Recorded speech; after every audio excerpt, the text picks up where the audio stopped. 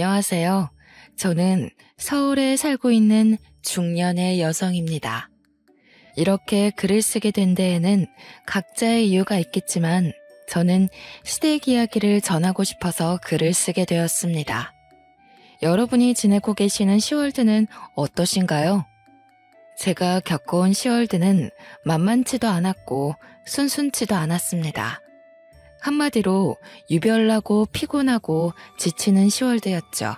꽤 괜찮다고 생각했던 남편과 정반대의 시댁 식구들. 저는 이런 상황들을 결혼 도장을 찍고야 알게 되었습니다.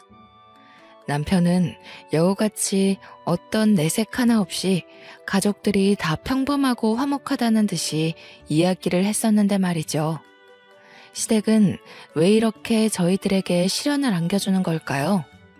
곰곰이 생각을 한 지가 벌써 10년이 넘는데도 아직 답을 찾지 못했습니다. 혹시 답을 아시는 분이 계시다면 저에게 꼭 알려주시길 바랍니다. 제가 이런 상황이 펼쳐질지 처음부터 알았더라면 같은 선택을 하며 남편과 결혼을 했을까요? 저는 아닐 것 같습니다. 다른 선택을 했을 것만 같습니다. 그래서 저와 같은 결정을 내리지 말아달라는 부탁과도 같은 오늘의 사연입니다. 모두들 공감해 주시며 즐겁게 들어주시면 감사하겠습니다. 제 남편은 작은 중소기업에서 일을 시작했습니다. 저는 남편이 다니고 있던 회사에서 남편보다 조금 늦게 입사하게 되어 회사 격리를 했었죠. 저와 제 남편 모두 20대 초반부터 쭉 성실하게 일만 해왔습니다. 각자 이전에 이성을 만났던 연애 경험도 적었더라고요. 그랬던 저희 둘을 모두 알고 있던 회사 사람이 중간 다리를 놓아줬습니다. 그렇게 저희 둘은 처음으로 만남을 가지게 되었습니다.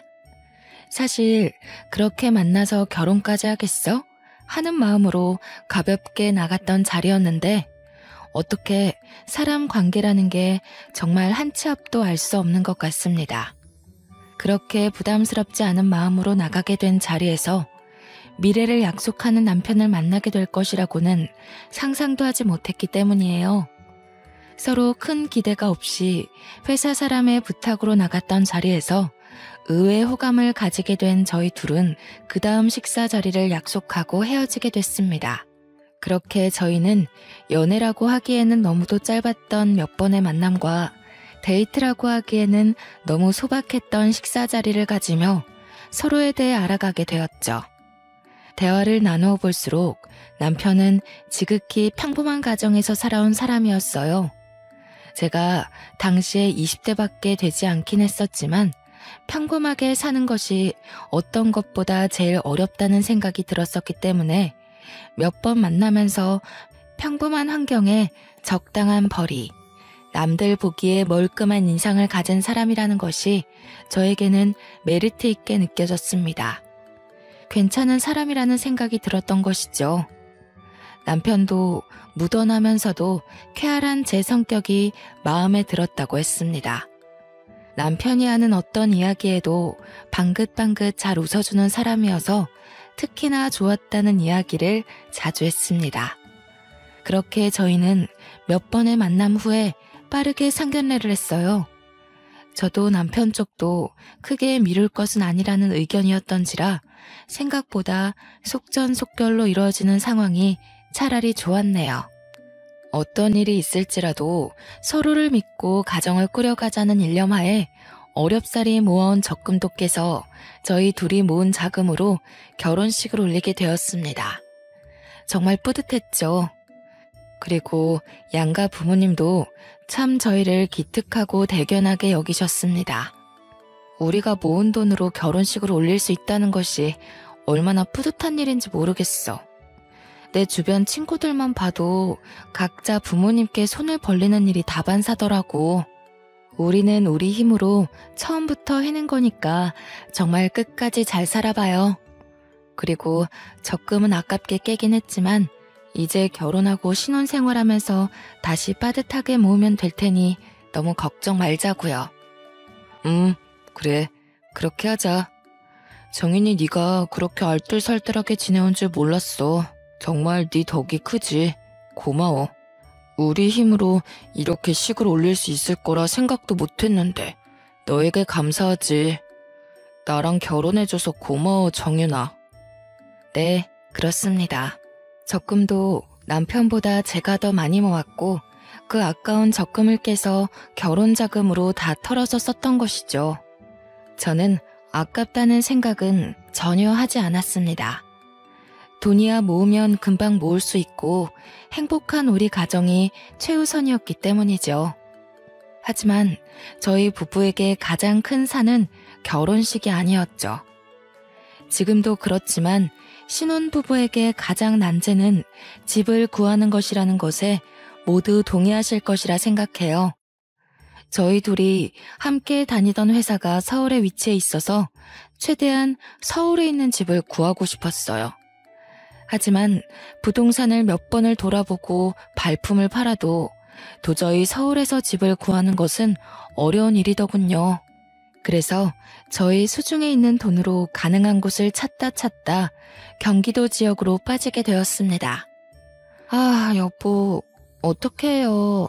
진짜 결혼식은 어떻게 올린다 해도 집이 도저히 안 구해지네. 집이 많아도 우리가 살 집은 없다는 것이 너무 슬퍼요. 어떻게 하는 게 좋을까요? 그래도 서울에서 집을 얻고 싶긴 한데 나중에 애들 교육도 그렇고. 고민이 많이 되기는 하지만 어떻게 생각해도 서울권 내에서 집을 구하기는 어려울 것 같고. 그렇지? 그러면 차라리 우리 집 근처는 어때? 경기도권인데 서울까지 올라오는데 지하철로 30분도 안 걸려. 그리고 혹시 나중에라도 우리가 돈 모으면 언제든 서울로 이사 갈 수도 있는 거니까 이게 제일 합리적인 방법일 것 같은데? 그렇게 저희는 시댁에서 가까운 곳으로 신혼집을 차리게 되었어요. 사실 조금 걱정도 되기도 했습니다. 저를 잘 아는 친정 언니들도 그렇게 시댁 식구들이랑 가까이 지내는 것이 괜찮겠냐고 저를 걱정하며 만류하기도 했죠. 하지만 시댁에서는 가까운 곳에 집을 얻었다고 잘했다고 기특하다며 도와주신 자금이 있었기 때문에 제가 불편할 것 같다는 이유로 그저 계획을 틀어버릴 수도 없었던 상황이었습니다. 아이고, 우리 새아가 예뻐라 예뻐. 어떻게 신혼집을 이쪽에다 구할 생각을 다 했대? 그래, 요즘 애들은 시댁이랑 떨어지려고 그렇게 난리라던데 우리 새아가는 얼마나 착해. 누가 먼저 말하지 않아도 이렇게 시댁 식구들이랑 잘 지내고 모실 생각도 하고 정말 대견해 며느라가. 그렇게 저희 부부는 평탄하게 신혼집을 구하고 평범하게 결혼식을 올릴 수 있었어요. 가정을 꾸리면서 행복하게 펼쳐질 우리 가정에 대한 상상을 하며 지냈던 시간이었습니다. 하지만 꿈과 현실은 분명히 달랐습니다. 시댁 어머님이 그렇게 평범하신 분이 아니더라고요. 상견례 자리에서나 결혼식을 준비하며 몇 번 만나 뵈었을 때 어머님의 모습은 진짜 어머님의 본 모습이라고 하기 어려운 가면을 쓴 모습이었어요. 사실 아직까지도 잘 모르겠습니다. 어머님께서 일부러 숨기신 것인지 낯을 가리셨던 것인지 말이에요. 우선 어머님은 말씀이 굉장히 강하신 분이었습니다. 억세고 드센 말씀을 아무렇지 않게 하시곤 했어요. 그리고 저희 부부가 살아가는 모든 과정이 못 믿었게 생각하셨어요. 저희 가정에 참견하시는 정도가 정말 도를 지나치다 못해 선이 없었습니다. 저는 우선 집에서 막내로 살아왔기 때문에 밥을 하거나 반찬을 다양하게 만들어 본 경험이 적었어요. 신혼 초에 그래도 남편 맛있게 밥을 지어주겠다며 요리 학원을 다니기도 했었지만 그 사실을 알게 된 어머님께서 도대체 음식을 돈 주고 배우면 얼마나 배운다고 당장 그만두고 CME 둬서 뭐하냐는 이야기로 혼을 내셔서 바로 그만두고 그날 이후로 어머님께 직접 요리를 배우고 있었습니다. 아니, 얘는 돈 아까운 줄도 모르고 음식 그 몇 개 만든다고 그걸 돈 주고 배우니? 참 요즘 젊은 애들 생각도 짧지. 얘, 그 돈 있으면 우리 옷이라도 하나 사다 줘라. 그 요리 학원 그렇게 비싸다던데 며느라가 금전적으로 여유가 좀 있나 보다. 힘든 줄 알았는데 아니었네. 우리 아들만 고생하고 밥 못 먹고 사는 건 아니었나 싶기도 하고.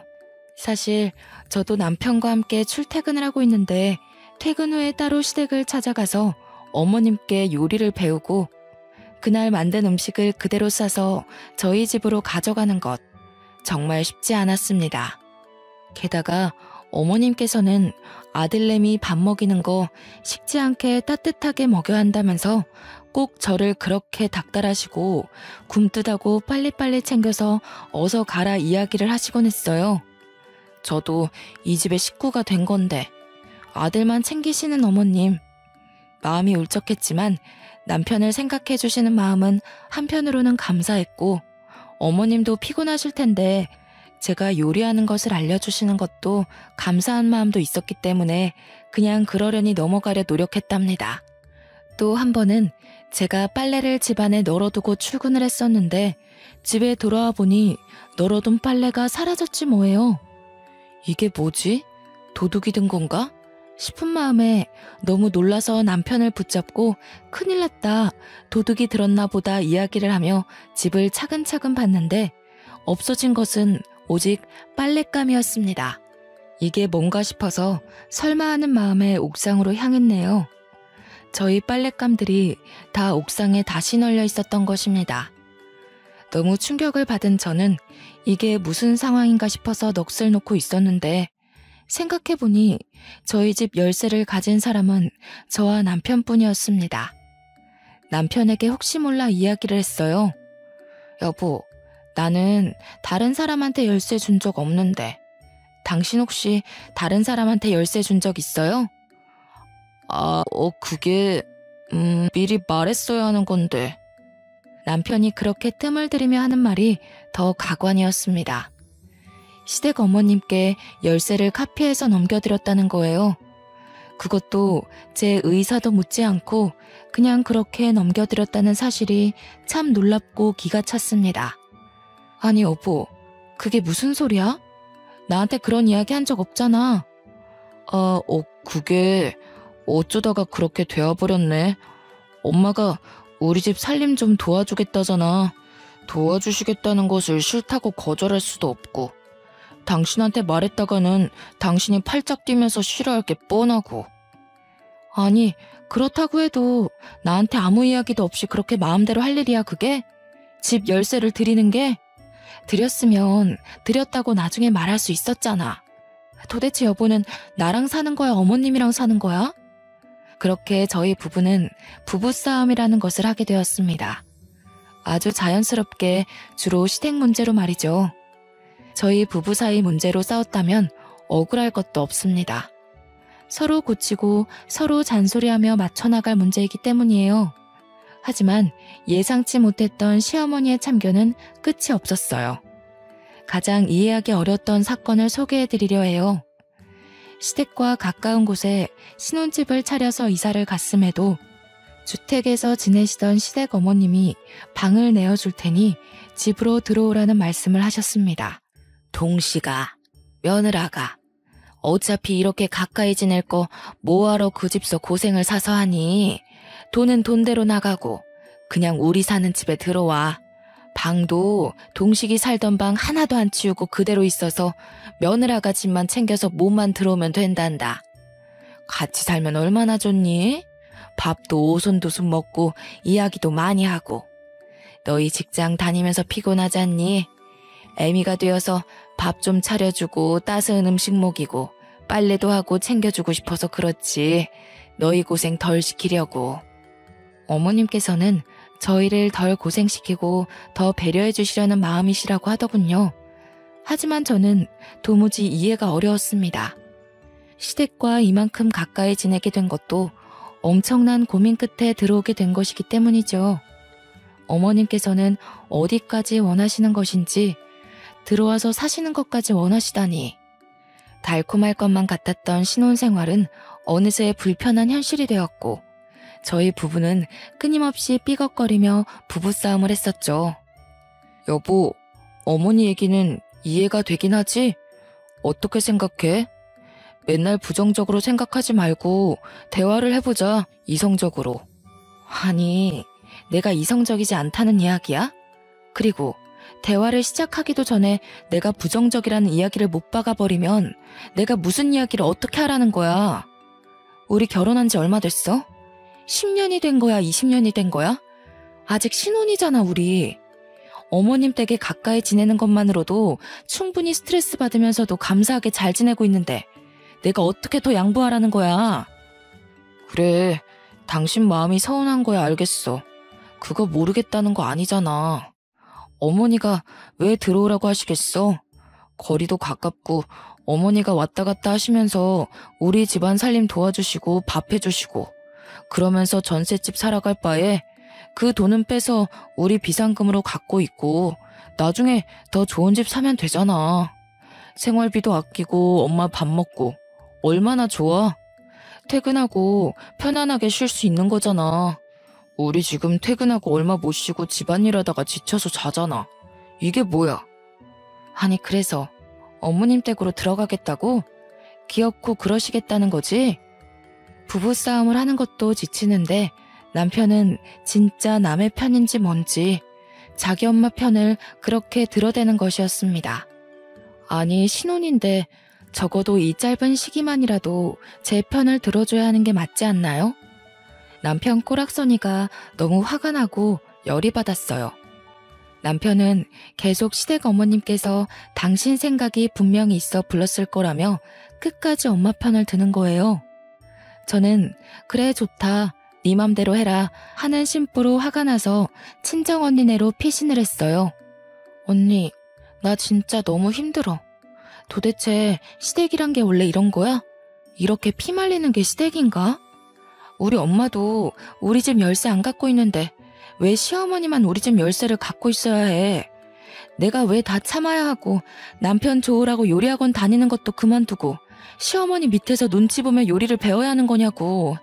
정말 이해할 수 없어 미치겠다니까. 열불이 나서 참지 못하겠다는 얼굴로 계속 볼멘 소리를 퍼부어대는 저의 모습을 보고 무뚝뚝한 친정언니도 어느새 제 편을 들어주며 같이 욕을 해주더라고요. 그게 얼마만에 시원한 마음이었는지 모르겠더군요. 저희 언니 제 편 그렇게 쉽게 들어주는 사람이 아니었거든요. 결혼할 당시에도 어떤 살림살이도 보태준 것 없이 혼자 힘으로 해야 끝까지 씩씩하게 잘 사는 것이라며 덕담만 해주었던 언니였기 때문이에요. 그렇게 제 입장을 이해해주는 언니와 살아갈 수만은 없는 입장이었습니다. 회사에 가면 남편을 마주하고 아빠를 찾는 저희 아이는 어떻고요? 그래서 저도 작심하고 어머님과 남편 둘에게 제대로 된 대화를 해야겠다 마음을 먹었습니다. 어머님 생각에는 우리 부부가 둘 다 힘들게 맞벌이를 하고 있는 게 안쓰럽다는 입장이셨어요. 남편과 싸우면서 나누었던 대화, 동일하게 시어머니 입을 통해 듣게 되었습니다. 일 다녀오면 얼마나 지치니? 집안일 하기 힘들고 피곤할 테니 그냥 시댁으로 들어오면 편하게 밥 먹고 잠자고 얼마나 좋니? 그렇게 편하게 지내라는 의미였지 다른 건 아니었단다. 그렇게 분을 낼 일은 아니라는 생각인데 세아가? 남편이랑 너무 그렇게 날 세우며 싸우지 마라. 난 보기 안 좋다. 하지만 제 입장에서는 결혼한 지 얼마 안 되는 신혼에 곧 태어날지 모르는 아이가 생길 수 있는 것이기도 하고 시댁으로 들어가게 되면 어머님, 아버님 눈치를 볼 수밖에 없는 상황이었습니다. 쉬는 게 아닌 것이죠. 예를 들어서 주말에 몸이라도 편안하게 외식을 하러 간다고 해도 시부모님께서는 사치스럽다고 꾸중을 하시더군요. 어머머 얘들 좀 봐. 집에서 다 해먹을 수 있는 음식들을 못하러 밖에 나가서 비싼 돈 주고 그걸 사먹니 사먹길. 다들 배짱도 어지간히 좋다. 니들 그 돈 다 모아봐라. 티끌 모아 태산이란 말 모르니? 아직 애기도 어린데 어떻게 그렇게 돈을 팍팍 쓰고 사냐 쓰고 살기는. 진짜 어려워봐야 아껴 쓰고 덜 쓰고 저축하지 그치? 아직 멀었다 너희 부부. 그런데 저희가 시댁에서 살아가면서 어디 마음 놓고 외식이라도 한 번을 할 수 있을까요? 그리고 어디라도 놀러 가려고 계획을 한다 해도 시댁에서 지내고 있는데 시부모님을 쏙 빼놓고 갈 수 있겠어요? 결국 시댁으로 들어가게 되면 어떤 일에도 시댁 식구 의견에 맞춰서 움직이게 될 수밖에 없다는 것을 저는 알고 있었습니다. 불보듯 뻔한 일이겠죠. 하지만 어머님과 남편은 참 짝짝꿍도 잘 맞죠. 그냥 시댁 집으로 저희가 들어가서 사는 것에 찬성을 했어요. 얼마나 어렵게 힘들게 전셋집을 겨우 구한 것인지 남편은 누구보다 잘할 텐데 이런 결정을 내릴 수 있는 걸까요? 우라통이 터지다 못해 눈물이 찔끔 나는 기분이었어요. 제 의견이라고는 들리지도 않는 듯 모두 묵살이 되어버리는 시댁 식구들이 정말 미웠습니다. 저는 이렇게 물러날 수 없었습니다. 남편이랑 시어머니께서 어떻게 생각한다 해도 안 될 일은 안 된다 싶은 마음이었습니다. 그래서 저는 당장은 절대 안 되고 우선 시간을 두고 지내보며 생각해보자는 의견을 내세웠어요. 저는 도저히 절대 용납이 안 되고 납득도 안 됩니다, 어머님. 저희가 어머님 댁에 찾아뵙지 않는 것도 아니고 살림을 그렇게까지 못나게 하는 것도 아니지 않나요? 밥도 잘해 먹고 빨래도 알아서 잘해요. 저희가 알지 못하는 어머님의 완고한 기준이 있으시다는 거 잘 알겠어요. 그렇지만 저희 부부는 저희 두 명이서 해결해야 하는 문제라고 생각해요. 어머님 댁으로 들어간다고 해서 피곤했던 게 안 피곤해지고 치우던 걸 안 치운다는 것은 말이 안 되는 것 같습니다. 어머님, 안 됩니다. 저는 당장엔 절대 못 들어갑니다. 같이 가야 하는 제가 이렇게 완강하게 반대 입장을 보이니 남편도 시어머니도 주춤하는 모습이 있었습니다. 제가 여태 한 번도 이렇게 강하게 시어머니께 반대 의견을 보였던 적이 없었기 때문이었겠죠. 그렇게 다행히도 제 뜻대로 시댁과 가까운 문제의 신혼집에서 생활을 몇 년간은 이어갈 수 있었어요. 바로 아이가 생겼기 때문입니다. 아이를 임신하고 출산하는 과정에서는 시부모님도 어쩌지 못하시고 이사와라 들어와라 같이 살자는 말씀이 전혀 없으시더군요. 저는 아이를 무사히 출산했습니다. 그리고 아이가 커가는 모습에 까르르 웃어주는 그 얼굴에 그간 받아왔던 스트레스도 단번에 풀렸어요. 저는 그렇게 아이를 바라보며 행복하게 살아갈 수 있을 거라 생각했었죠. 하지만 그렇게 강했던 어머님은 어디 가신 것이 아니었습니다. 어머님 친구분 중에 한 분이 다단계를 하신다는 것은 익히 들어와서 알고 있었던 사실이었습니다. 어머님과 굉장히 친했던 친구분이었는데 그 길로 빠졌다며 뒷이야기를 많이도 하셨기 때문에 알고 있었어요. 에이구, 그 바보 같은 순자. 나랑 국민학교 같이 다닐 때부터 그렇게 바보 같은 구석이 있었는데 나 이럴 줄 알았다니까. 다단계 빠졌다는 얘기는 애초에 했었지? 그래, 그거 말고 또 하나 더 시작했다네. 바보 천치도 그런 바보 천치가 없어요.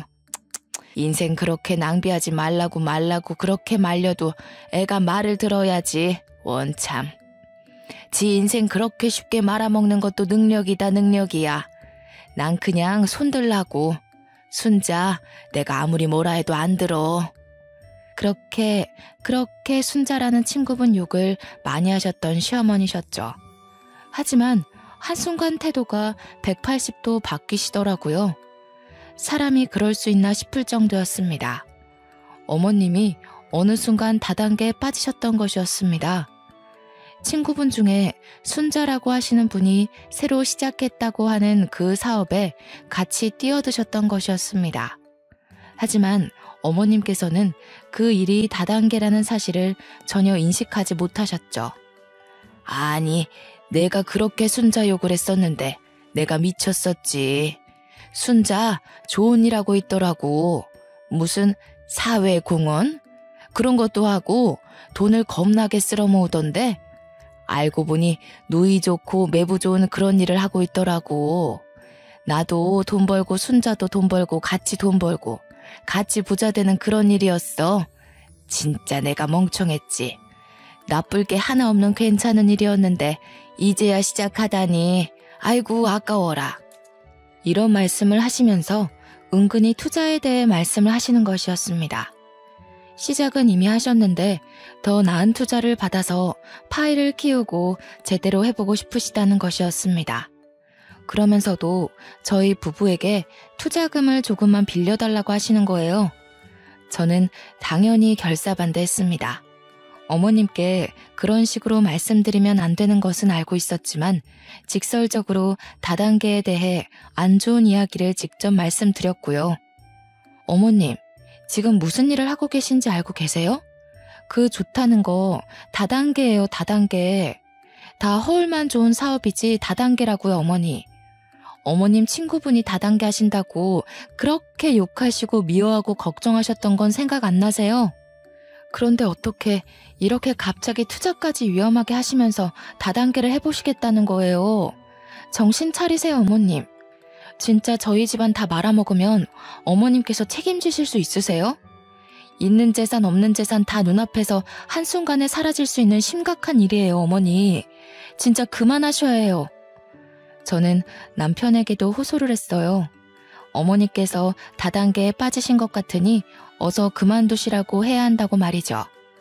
사실 초반에야 누구든 호기심으로라도 시작을 할 수 있다고 생각해요. 하지만 나중에 되어서는 내가 감당할 수 없는 눈덩이처럼 빚이 불어나기 마련이죠. 그렇기 때문에 더욱 빠져나오기 어려울 것이 뻔했습니다. 그래서 제발 어머니께 그만두고 나오시라고 말려야 한다는 이야기를 했어요. 제가 이렇게까지 치를 떨며 절대 반대하는 데에는 사실 이유가 있었어요. 남편에게는 차마 말하지 못했던 저희 집안의 치부였어요. 친정 식구 중에서도 다단계 빚 때문에 그렇게 고생을 했었기 때문에 저는 다단계라 하면 정말 끔찍했습니다. 아무리 좋고 이득만 보는 일이라고 해도 사실 그런 일이 이 세상에 존재하지 않을 뿐더러 엇비슷하게 그런 일일 수 있더라도 위험성이나 리스크가 있을 수밖에 없는 일이겠죠. 다단계, 그 끝을 너무도 잘 알고 있었기에 정말 시어머니는 어떻게 해서든 뜯어 말려야겠다는 생각뿐이었어요. 하지만 어머님은 제 이야기를 듣지 않으셨습니다. 귀담아 들어주시기는커녕 무시한 것에 가까웠죠. 제1금융권에서 끌어오기 어려운 자본들을 사채를 통해 모았고 주변 지인들한테까지 손을 뻗치고 투자금을 마련했습니다. 그렇게 여기저기서 끌어모은 돈은 억대가 넘어가는 큰 돈이었습니다. 그 큰 돈을 다단계 회사에 그렇게 쉽게 갖다 준 것이었죠. 저는 정말 화가 머리끝까지 나서 미쳐버릴 것 같았어요. 하지만 남편은 의외로 아무렇지 않게 행동했어요.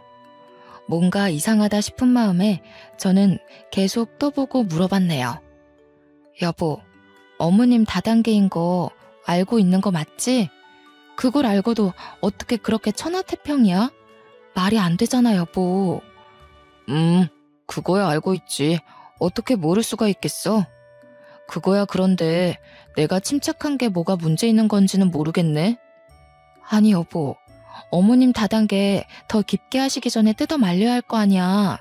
나만 마음 급하고 미칠 것 같은 거야? 이러다가 시댁 어르신들 살고 계시는 집도 날아간다니까? 다단계 그렇게 쉽게 볼 일 아니라고 정말로. 아무것도 아니라는 태평한 태도를 문제 삼으며 뭐 어머님이랑 둘이 비밀스러운 이야기가 오고 간 건 아니냐고, 도대체 내가 알지 못하는 뭐가 있는 건지 똑바로 말하라고 남편을 쪼아댔어요. 끊임없는 추궁 끝에 나온 이야기는 더욱 충격적이었죠. 사실 어머니께서 남편에게 조금만 도와달라고 손을 뻗으셨고 남편은 수중에 돈이 없었지만 만들어내서라도 빌려드린 것이었습니다. 그것도 아이들 교육자금으로 우리가 차곡차곡 어렵사리 모아온 적금을 깨서 드린 것이었습니다. 진짜 내 남편이 갈 때까지 갔나 싶더라고요. 마마보이여도 이렇게 사리분별 하나도 제대로 못하는 마마보이가 있다니 뚜껑이 열리는 기분이었습니다. 머리에 스팀이 가라앉지를 않았어요. 저희 부부 둘 다 그렇게 벌이가 넉넉하지도 않고 어렵사리 쪼개고 쪼개서 생활비 덜 쓰고 덜 먹으며 미래를 위해 모아온 돈들인데 어떻게 그렇게 쉽게 어머님께 내어드릴 수 있는 걸까요? 아프시거나 급하게 일이 생기신 것도 아니고 이 돈을 시어머니 다단계 투자금에 드리는 것이 최선이었을까요? 저는 도무지 이해할 수 없었어요. 믿기지도 않았습니다. 저는 남편에 대한 신뢰가 와장창 모조리 깨져버렸어요. 어머님이 다단계에 깊게 빠지시면서 끊임없이 돈을 더 필요로 하셨죠. 사채업자로부터 독촉이 심해졌던 것도 그 시기였습니다. 그러다가 저희 부부에게까지도 사채업자가 쫓아와서 돈 갚으라고 난리치는 상황이 벌어지게 되었습니다. 저희 아이들에게만큼은 이런 모습을 정말 보이고 싶지 않았던 것인데 말이죠. 아이들도 상황을 알아버리게 되었고 뭐가 뭔지 알지도 못하면서 싸늘하고 차가운 분위기에 험악한 아저씨들이 소리를 꽥꽥 질러대는 통에 아이들은 그저 자지러지게 울더군요. 제가 걱정을 했던 일이 터지게 되었어요. 결국 사채업자 빚을 감당하지 못하고 시댁 어르신 집이 경매로 넘어가게 된 것이었습니다. 저희 부부를 그렇게 그 집에 들어와서 살라고 하셨는데 그렇게 쉽게 그 집을 넘기게 될 줄은 몰랐습니다. 시댁 쪽도 그렇게 부유하지 못해서 사실 가진 재산이라고는 그 주택 하나였던 것으로 알고 있었는데 그렇게 팔렸으니 정말 시부모님께 남은 거라고는 저희 부부밖에 없었습니다. 다른 자식들은 도대체 뭐하고 있냐 궁금해하실 것 같아서 말씀을 드려볼게요. 저희 남편은 두 형제 중에 첫째입니다. 그래서 시부모님께서 싸고 들고 같이 살기를 원하셨던 것이었고요. 그리고 막내 동생은 대학교를 나오지 않고 노래로 성공하겠다며 배짱이처럼 노래만 부르며 지내는 중입니다. 돈이라는 것을 자기 힘으로 벌어본 경험이라고는 없는 분이었죠. 그렇게 시부모님께 붙어서 생활비 아끼며 살아갔던 것이었습니다. 상황이 이렇기 때문에 시부모님이 기대실 곳이라고는 저희 집뿐이었던 것이죠. 하지만 저희 집이라고 녹록치 않은 상황이었습니다.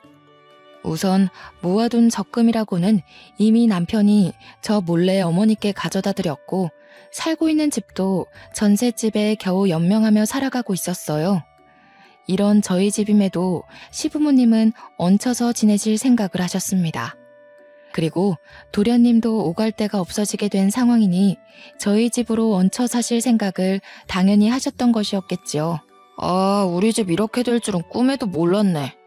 저 노래 계속하고 엄마 아빠랑도 지내야 하는데 괜찮으시죠? 같이 집에서 지내는 것. 아이들도 제가 오며 가며 잘 봐드릴 테니 베이비시터는 안 써도 되겠어요. 되려 인심 써주듯 아이를 봐주겠다는 이야기를 하며 봉창 두드리는 소리를 하는 도련님을 보며 속이 더 타들어갔습니다. 저희 집이 그렇게 넓은 집도 아니고 아이들 키우며 겨우 살고 있는 집인데 도련님의 시부모님 두 분까지 들어온다니요. 이게 무슨 상상 초월하는 상황인지 저는 아직까지도 이해가 되지 않더라고요. 이제 정말 이건 아니다. 이렇게는 못 살겠다 생각이 들었습니다.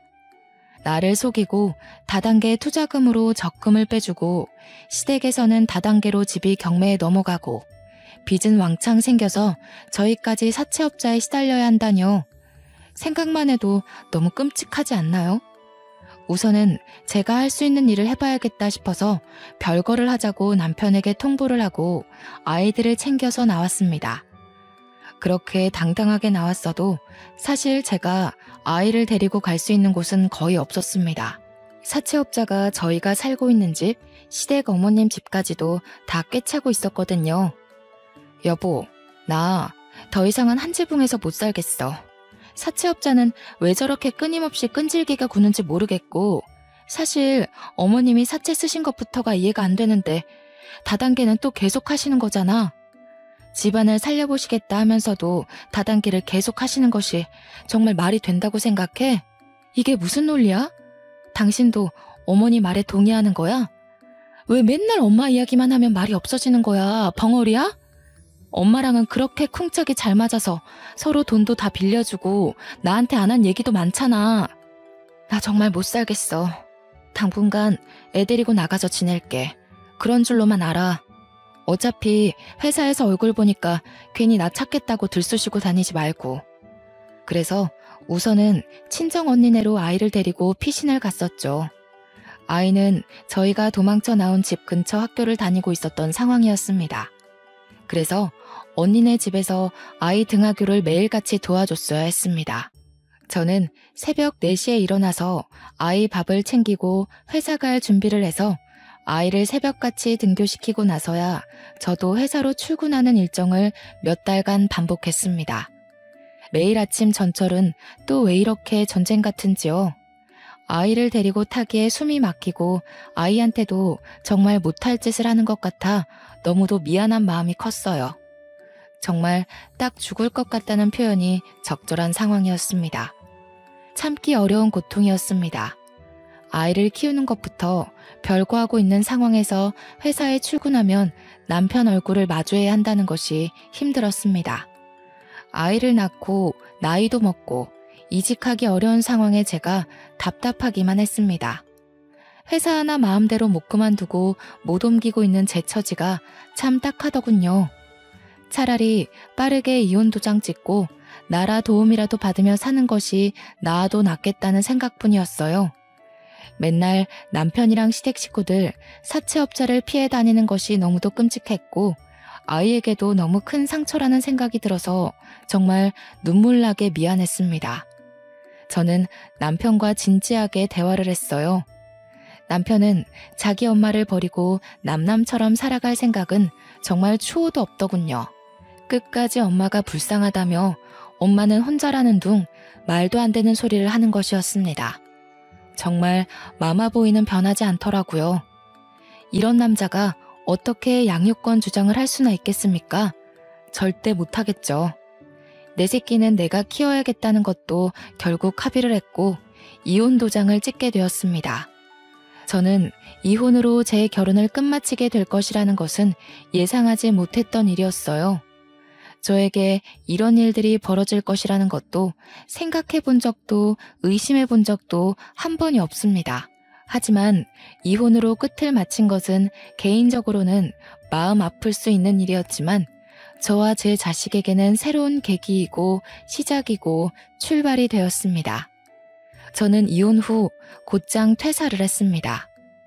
사실 무서웠습니다. 이 회사만 다닌 지 벌써 10년이 넘어가는데 사회생활은 이 한 회사에서만 해왔는데 일이라고는 격리 업무밖에 알지 못하는데 말이죠. 용기를 냈습니다. 제 새끼를 키워야겠다는 다짐은 어떤 일이라도 할 수 있게 저에게 큰 동기부여가 되었습니다.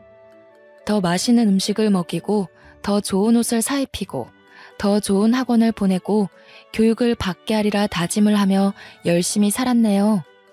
초반에는 정말 닥치는 대로 일을 했습니다. 남편이 이혼 후에 양육비를 준다고 해도 가진 것도 없는 남편이라 매달 고작 20만 원밖에 받지 못했죠. 그래서 저는 식당에서 서빙하고 요리하는 것부터 연회장에서 하는 아르바이트, 동대문 남대문에서 도매 소매 일을 돕는 일도 해보았어요. 신문 배달, 우유 배달, 걸어서 할 수 있는 배달들도 제가 안 해본 것이 없었을 정도였어요. 하나의 일을 제대로 진득하게 해보고 싶다는 마음은 꾸준히 있었습니다. 하지만 당장의 생활비를 위해서는 닥치는 대로 이 일 저 일 두서없이 2가지 이상씩 할 수밖에 없었습니다. 그렇게 지내기를 반복하다가 저는 저와 딱 맞는 아르바이트를 운 좋게 하게 되었습니다. 꽃가게에서 꽃을 다듬는 일이었습니다. 사람들은 그렇게 힘이 들고 손을 다치고 어렵다고 하는 일이었는데 저는 꽃을 만질 때만큼은 행복하고 생기가 돈 적이 없었을 정도로 꽃이 참 좋았습니다. 제가 이렇게 좋은 마음으로 일을 하고 있는 것을 주인분께서도 알고 계셨던 것 같습니다. 어느 순간 저에게 새벽에 일해도 괜찮냐고 제안을 하시더군요. 정윤 씨, 새벽에 꽃시장 가는데 같이 다녀볼래요? 막 어렵지는 않을 거예요. 차근차근 옆에서 알려줄게요. 저는 이 제안이 너무도 감사했습니다. 아이를 키우면서 더 이상 투잡, 쓰리잡은 어렵겠다 싶었는데 제가 일을 하던 꽃집에서 그것도 제가 가장 원했던 일을 더 배우면서 장사를 할 수 있는 것이 행복했습니다. 그렇게 꽃가게를 운영하는 방법을 하나하나 배우고 제 것으로 만들어 갔습니다. 생각보다 꽃을 다루는 것은 섬세하고 예민한 일이어서 아무나 맡지 않는다고 하는데 저는 꽃을 다루는 일이 섬세하고 예민해서 좋았습니다. 제가 다루는 대로 다루어지고 물을 주면 주는 대로 싱싱해지고 어떻게 잎사귀와 줄기를 자르고 어떤 꽃과 어떤 꽃을 곁에 두는지에 따라 분위기가 달라지는 그 성취가 참 좋았습니다. 하지만 안타까운 일이 생겼어요. 의지했던 사장님께서 몸이 편찮아지신 것이었죠. 그렇지만 위기가 기회로 찾아왔습니다. 그 가게를 저에게 인수해 주시겠다는 것이었죠. 그것도 따로 값을 치르지 않고 말이에요. 제가 지극정성으로 가게를 운영하고 아르바이트라고는 하지만 누구보다 열심을 내는 모습과 새벽에 어떤 일이 있어도 늦지 않고 일을 함께 해준 것이 고맙다며 저에게 가게를 맡기시듯 넘기신 것이었습니다. 저는 너무도 얼떨떨하고 몸이 아프신데 이렇게 넘겨주셔도 괜찮나 사장님이 걱정이 되었어요. 하지만 사장님은 이미 노후 자금도 넉넉히 챙겨두셨고 자식들도 자기 밥벌이하고 보험도 꽤 괜찮게 들어둬서 현재로서는 걱정이 크게 없다고 하시더군요. 아껴가며 운영했던 가게가 사라진다면 그게 더 큰 상실감으로 올 것 같다고 가게를 저에게 맡겨주신다는 이야기를 전하셨어요. 그렇게 저는 밤낮 없이 꽃가게 포장과 배달 일까지 했어요. 동네에서 꽤 입소문난 잘나가는 꽃가게 사장님이 되었죠. 백만장자는 아닐지라도 남편과 살며 눈칫밥 먹고 매일 울며 살았던 때보다 지금이 수천 배 수억 배 행복하고 마음이 편안합니다. 저에게 결혼은 인생에서 정말 생각지 못했던 드라마 속에서만 보던 일들을 직접 겪을 수 있었던 경험치를 쌓을 수 있었습니다. 누군가에게는 축복과 같고 행복 그 자체일 것이라고 생각해요. 그리고 저는 그들을 보며 솔직하게 부러운 마음을 감추기가 어렵더라고요. 저도 행복하고 건강한 결혼 생활을 꿈꿔왔던 사람 중에 하나이기 때문입니다. 하지만 사람을 만나게 된다면 절대 가볍게 생각하지 마시고 천천히 그 사람의 내면까지 꿰뚫어보는 능력을 키워가야 한다고 생각해요. 사람은 결국 본성이 드러나기 때문이죠. 사실 콩깍지가 크게 씌어 있으면 다른 사람들에게는 보이는 점들이 우리에게는 눈 가려 보지 못하기도 해요. 하지만 저희 각자의 미래를 위해서 그리고 나 자신을 다치지 않게 보호하기 위해서라도 꼭 결혼 상대에 대해서는 신중에 신중을 가하는 것이 최고라는 생각이 듭니다. 그리고 저는 결혼 전에 제대로 해보지 못했지만 시댁 식구들과 합도 중요하니 가족들과의 만남도 가져보는 것도 괜찮은 방법 같네요.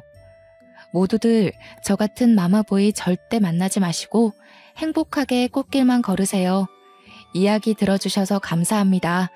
좋은 하루 되세요.